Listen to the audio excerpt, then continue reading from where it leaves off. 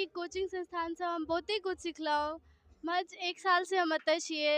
Exam के जते preparation छलै सब बहुते अच्छा से एतऽ भेलैए और आगे जाके हम सीए बनऽ चाहै छी और उम्मीद अछि जे एते प्रिपरेशन अछि हमरा पास कि हम और तैयारी कऽ कऽ सीए बनि सकै छी। एते जज्बा अछि हमरा अन्दर और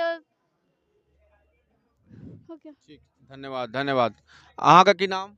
ज्योति कुमारी। अहाँ की करऽ चाहै छियै? हम बीकॉम थर्ड पार्ट में छी। एबर हमर लास्ट ईयर छै। ओ हमर भाईजी छथिन जे एबर मतलब एतऽ केने छथिन। हमरो एक अथी है जे हम सीए करऽ चाहै छियै। सीए करऽ चाहै छी। चार्टर्ड ठीक, अकाउंटेंट। Chartered accountant. हमरो एक सपना है, सबके एक ड्रीम होइ छै। हमरो एक ड्रीम छै जे हम चार्टर्ड अकाउंटेंट करऽ चाहै छियै। ठीक छै। अहाँ की नाम? हमर नाम खुशी कुमारी अछि। अहाँ की बनऽ चाहै छी? हम दरोगा बनै ला चाहै छी। किया दरोगा? एक सेकंड, हमर पॉइंट पर आबि गेलहुँ। दरोगा किया? शिक्षिका किया नहि? एएनएम किया नहि? नर्स किया नहीं?